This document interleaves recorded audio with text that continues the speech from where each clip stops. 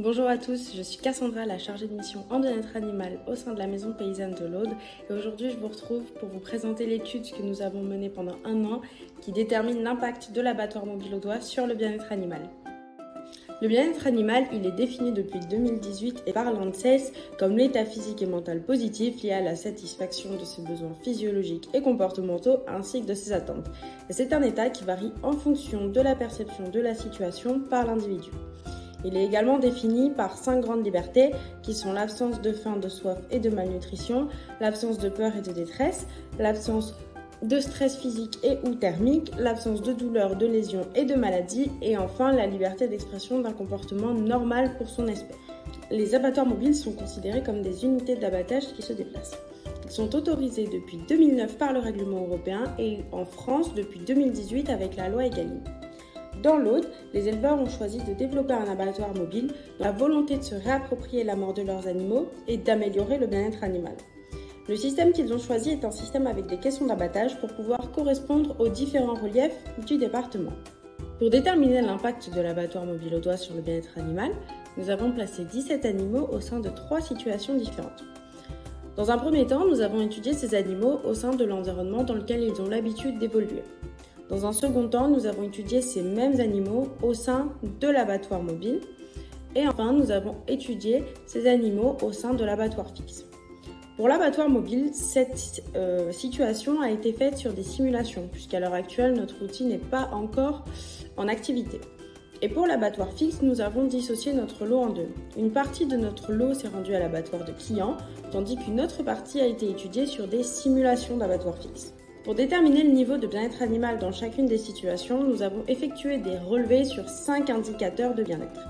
Le premier fut la position des oreilles, le second l'ouverture orbitale, donc l'ouverture des yeux, le troisième la tension des muscles masticateurs, les muscles des joues, le quatrième la forme des narines et du philtrum, et enfin la fréquence cardiaque. Pour l'ouverture orbitale, la tension des muscles masticateurs ainsi que la forme des narines et du philtrum, nous avons attribué une note comprise entre 0 et 2.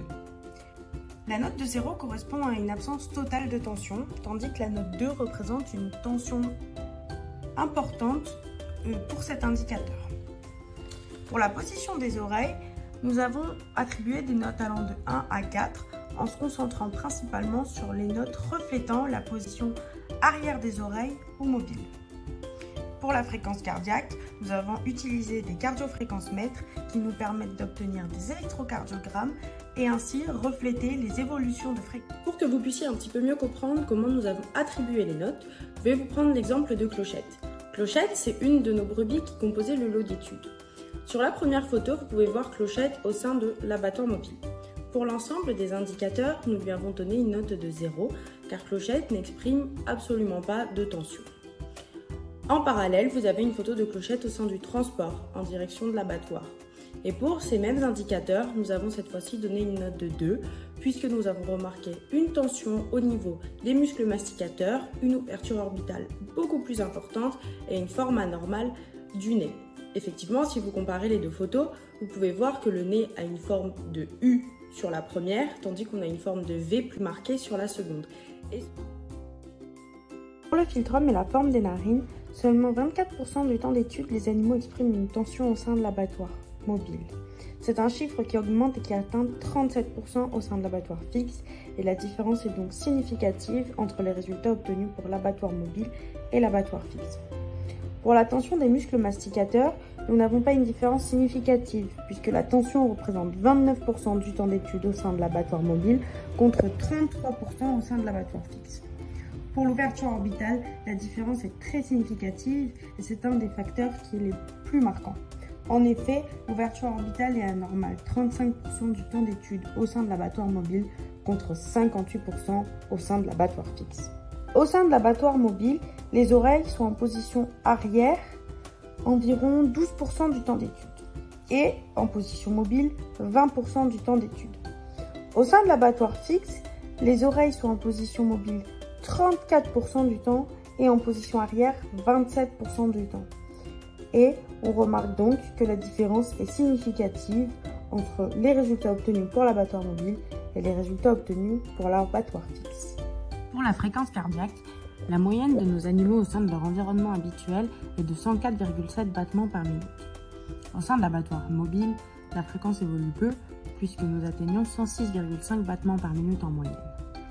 Au sein de l'abattoir fixe, cette fréquence augmente et atteint 122,7 battements par minute en moyenne. Nous avons donc une différence significative entre les résultats obtenus au sein de l'abattoir fixe et les résultats obtenus pour l'abattoir mobile et l'environnement habituel.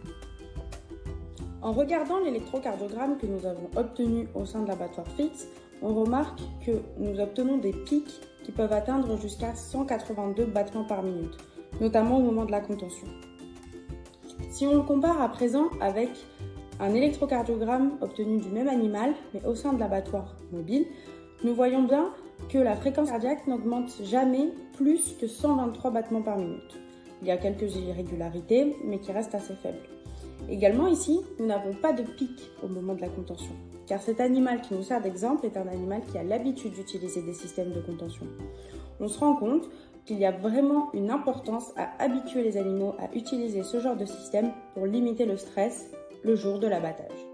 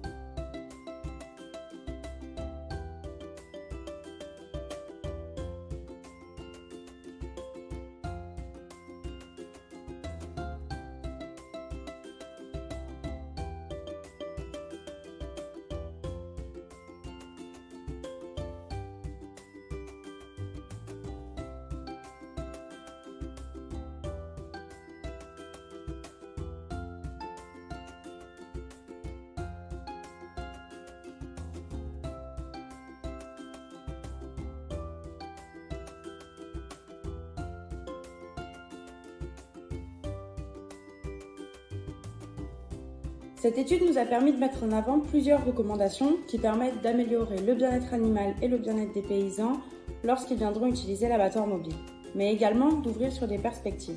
En effet, il sera intéressant de venir corréler les résultats que nous avons obtenus sur l'impact de l'abattoir mobile au doigt avec un impact sur la qualité de la viande. Savoir dans quelle mesure cette amélioration du bien-être animal au moment de l'abattage permet d'avoir des viandes de meilleure qualité. Une autre perspective qui semble intéressante, ce serait de venir étudier l'impact environnemental de l'outil.